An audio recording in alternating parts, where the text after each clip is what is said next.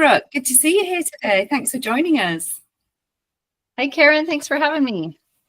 Yeah, it's an absolute delight. I'm so excited to get into having a good old chat with you today about how leaky gut can make such a huge impact on fertility. So I think it's one of those things that goes unnoticed and just passes under the radar.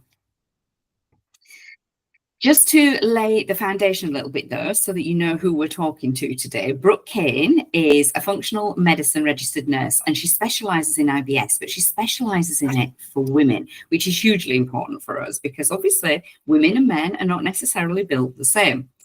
She is the founder of Rooted Home Healthcare, where she brings 13 years of nursing experience in emergency and critical care to provide in-home IV fusion services. But more importantly for us today, she also leads the IBS Solution, which is a private membership group focused on IBS relief on school, where she specialises in helping women. So you can see why she is the perfect person for us to be talking with today. A comprehensive approach to gut health makes her invaluable for understanding the connection between digestive health and fertility, all importantly. So, Brooke, my fertility bandwidth program focuses on improving fertility by bringing the body back to its perfect balance naturally.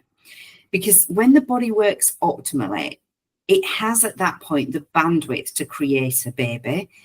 And without this root cause approach that looks fundamentally at what's causing everything to be out of balance, it's really difficult for ladies, or many ladies, to conceive because their body is using the resources, working with all of this, and that means then that it can't get pregnant because it doesn't have the energy. It's using that energy on these issues.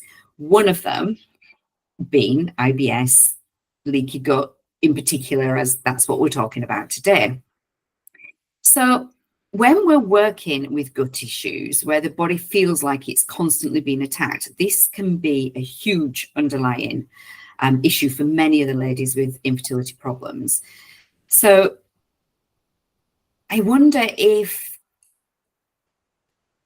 with a view to us addressing chronic inflammation and restoring the body's natural processes, if we could just have a look at your take on it and, you know, any interesting insights that you might have that, you know, the ladies might find interesting. And also it's just a little bit more interesting to hear from someone who actually specializes in this on a day-to-day basis because there's a lot of detail. So how does that sound? Perfect. Excellent. Yeah. So to start with, can we just, or can you just explain to us what leaky gut is? Because many of my ladies often feel like they're lost when it comes to their gut health because it's not discussed enough in fertility clinics especially. So could you explain what it actually is, how it develops, and also why it's so often overlooked in mainstream fertility discussions, if you've got any insight into that? Yeah. So leaky gut or intestinal permeability happens when the lining of your intestines gets weaker or damaged, which starts allowing things that are not supposed to pass through the gut lining, like digested food, toxins, bad bacteria. They start passing through that lining and they leak into your bloodstream. So normally the gut lining works like a super tight wall with tiny little gaps that only let nutrients through while keeping the harmful stuff out. But if that wall gets damaged due to things like stress, poor diet, certain medications, illnesses, it can develop tiny little holes that actually let unwanted stuff through. So this can lead to inflammation and even cause symptoms like severe digestive issues, but also other things like mental health issues, hormonal imbalance, PCOS, infertility. So leaky gut is often overlooked in mainstream healthcare because traditional medicine tends to focus on treating individual body systems like the heart, lungs, or skin rather than rather than the whole body. Yeah, rather than looking at how all these body systems are connected. So they might treat the symptoms in one area without realizing that they're actually linked to gut health. For example, they might treat infertility or things like PCOS or endometriosis by looking at hormone levels alone. without ever considering that these could stem from inflammation that's coming from the gut. So this is why it's important to take a whole body approach like you do, recognizing that the gut plays a huge role in all of these body systems. And also as well, you said that it leaks into the blood. Well, the blood flows throughout the whole body. So it stands to reason that it's going to be the whole body that is at some level or other affected. Would that be fair? Yeah, definitely fair. Good. So in terms then of the link between leaky gut and fertility, in my program, we focus heavily on addressing inflammation. That's like a huge category. Inflammation can come from any number of different sources, and very often different sources within the same person as well. But essentially, that can be one of the big root causes of infertility. So obviously, leaky gut is a huge cause of inflammation. Can you walk us through how it can lead to systemic inflammation and ultimately then impact infertility or fertility? And I guess, for me, that is the same between natural conception and IVF. Mm-hmm. Yeah. So we know now that leaky gut allows harmful substances like toxins, bacteria, undigested food to escape from the gut into the bloodstream. But when this happens, the immune system detects those things as a threat, and it launches an inflammatory response to protect the body. So over time, this ongoing immune activation leads to chronic systemic inflammation, which disrupts the proper functioning of other systems in the body. And, leads to the digestive issues, food sensitivities, skin problems, fatigue and brain fog, things like that. Yeah, that's really interesting. Because of course, like you say, it is that time. And obviously the inflammation, you said it sends out kind of like the cleanup crew to deal with the inflammation.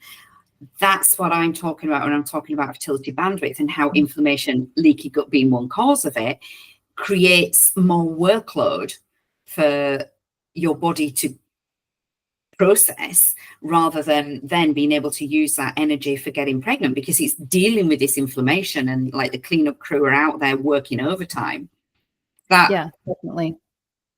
So in terms of the symptoms that my ladies could be looking for, or anyone really, I mean, it's not just my ladies, but, anyone could be looking for, obviously I work with ladies who experience anything from digestive discomfort, autoimmune conditions, very often several of them, alongside the fertility struggles that they're dealing with.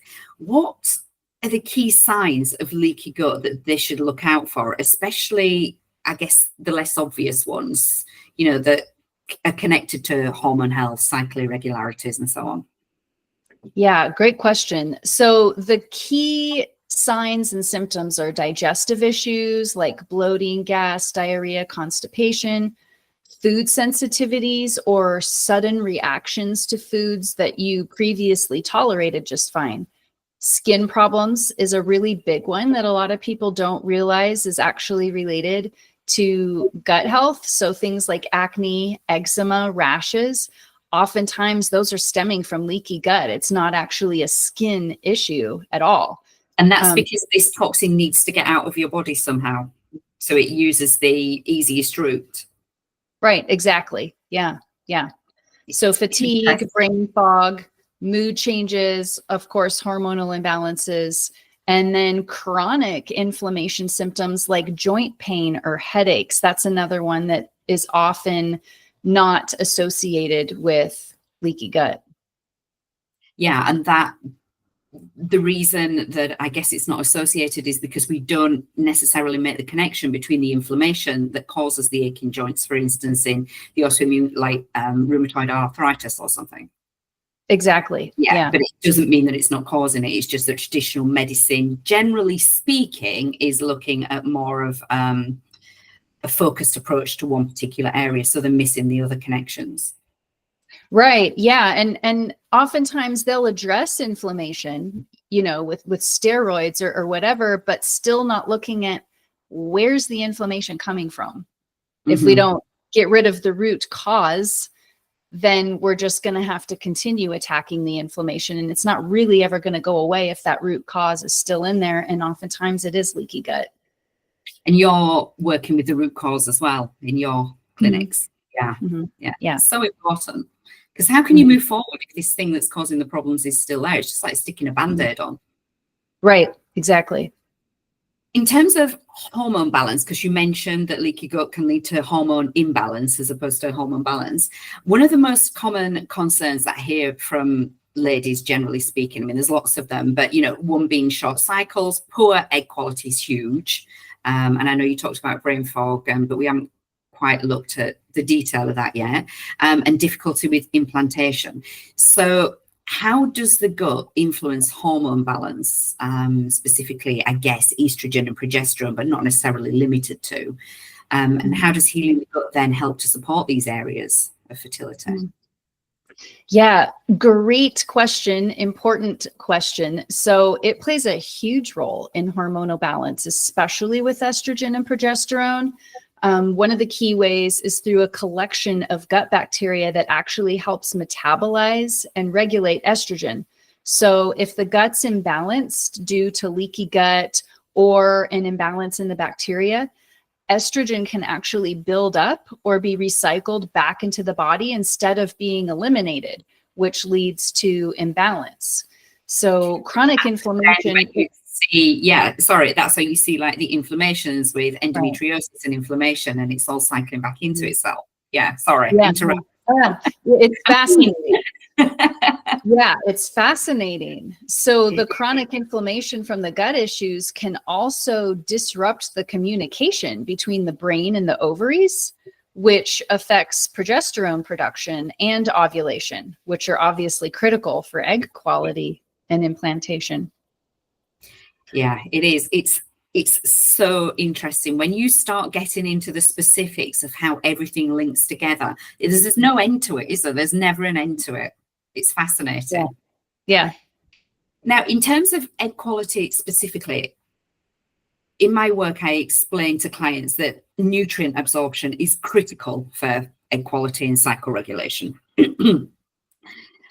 It sounds like leaky gut, but tell me if I'm wrong, but the way that I understand it, can leaky gut cause deficiencies in nutrients. So things like zinc, magnesium, B vitamins that we need for fertility and for a successful pregnancy as well. So how do you recommend addressing that? Yeah, so it definitely has a huge impact on nutrient deficiencies. So when the gut lining is damaged, it struggles to actually absorb these nutrients properly, even if your diet is rich in these essentials. So chronic inflammation and dysbiosis or imbalance in bacteria can impair nutrient absorption and increase the body's demand for some of those nutrients, which makes deficiencies more likely.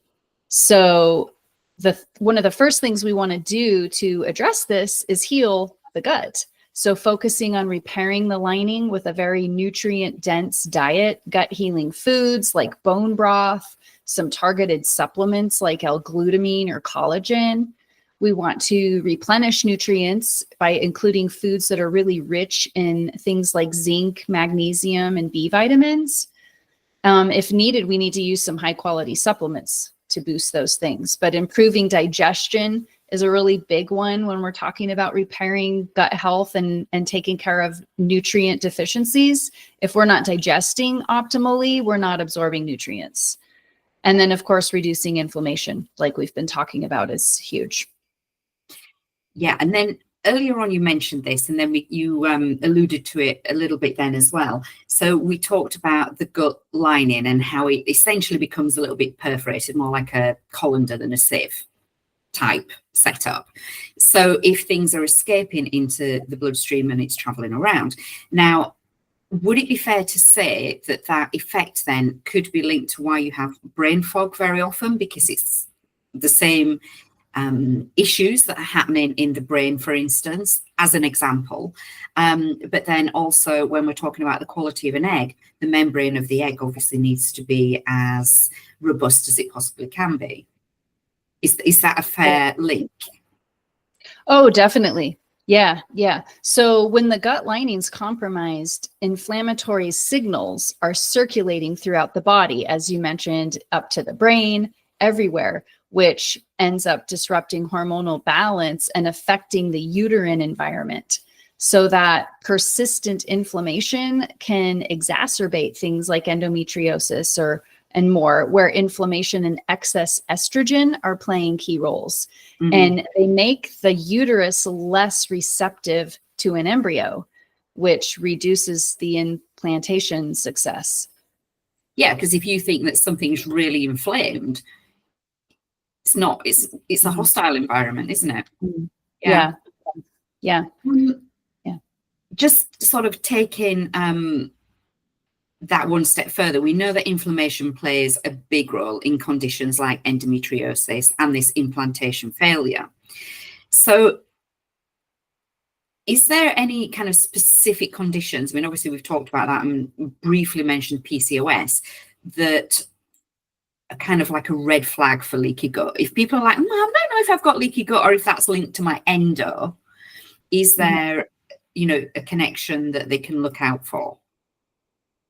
Yeah. So again, probably some of those telltale signs like the skin issues, achy joints and things like that, brain fog, some of those same symptoms would alert them that there's a connection here to their gut. Yeah.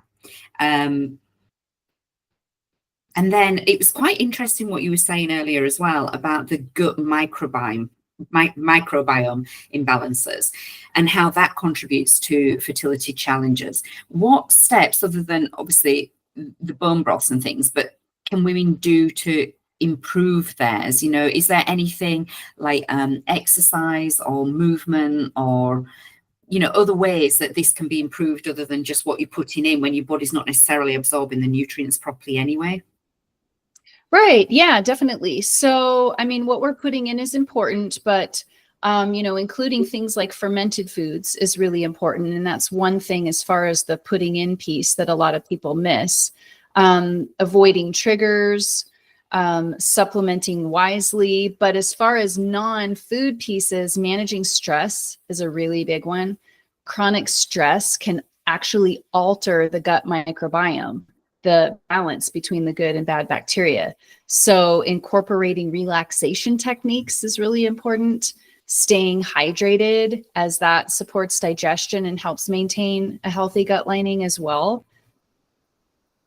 It's really interesting because there's 3 types of stress, isn't there? And obviously your gut is one of the big stresses on the body. So it's not, when we talk about stress, we tend to think about emotional stress, but there's 3 types. So definitely not just the emotions that we go through that create havoc with our body on a daily basis. Mm-hmm. Yeah. Okay, so have you got any, and I don't know if you do or not, so, but many of my clients, they feel like they've tried everything. But the problem is they're hearing and then trying everything. Like just a few days ago, I was talking to someone, she was taking apple cider vinegar. Now, for some people, that can be like a huge game changer. But when we looked at her root cause assessment, it was totally clear that this was actually causing a big part of her particular fertility challenges. So I guess this is where it becomes so complex, because fertility is as unique as your fingerprint.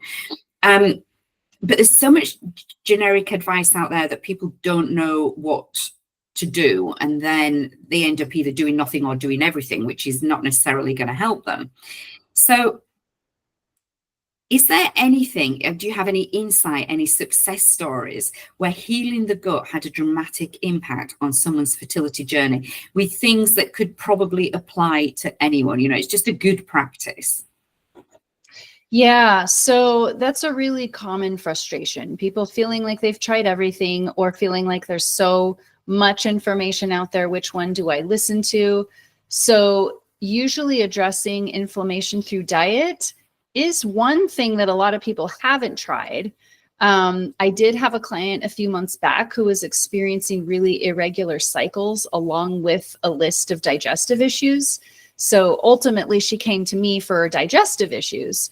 But after working together on those issues and decreasing the inflammation for 12 weeks, her digestive issues were gone, but her cycles started to regulate again for the first time in many years. So obviously regular cycles are very important for fertility. But I do see this in a lot of my clients who come to me for gut health, but naturally with that gut healing, other body systems are starting to kind of regulate. Their aches and pains are going away as well.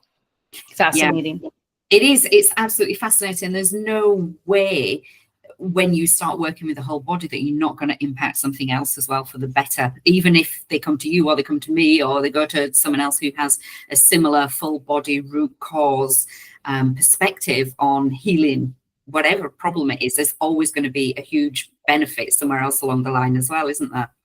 Yeah, yeah. That's great. I have run through my list of questions. Is there any one little bit of tidbit advice that you think you could give, you know, if people just pick one thing up from today, that would be really useful? Yeah, that is to not downplay the effect of gut health on the rest of your body systems, especially hormones. So following a basic food framework is what I like to tell people in regards to not feeling kind of stressed out about where do I start, what do I do? Focus first on just eating whole foods and not processed foods, getting enough protein. Why the whole foods, not processed? Yeah, those processed foods are full of chemicals. They're highly inflammatory, highly inflammatory. So people dealing with hormone imbalance or infertility issues, you got to cut that inflammation piece out. Don't add additional inflammation in there. Yeah. Yeah. So important. Yeah. Thank you for that. Yeah. I cut you off there. Sorry, in full stride. Are you? No, you're good. So protein, yeah, protein's really important, especially animal proteins, because they're full of amino acids and essential nutrients like the zinc that we talked about earlier, magnesium, things like that. So just a basic framework of making sure you're getting lots of animal protein, fruits to support a healthy microbiome, and definitely cut out those inflammatory processed foods. That's a really good basic framework to start with. And almost then like you're avoiding the issues from even starting in some respects, Right. if you do that. Yeah. Yeah. Great advice. Great advice. Thank you. Yeah. Well, it's been lovely speaking with you. If anyone's got any questions, then you can post your questions below. That's absolutely fine. Both Brooke and I will be around and about within the context of this to answer any questions that you might have. And you can find Brooke on the IBS Solution on Instagram if you want to give her a quick follow.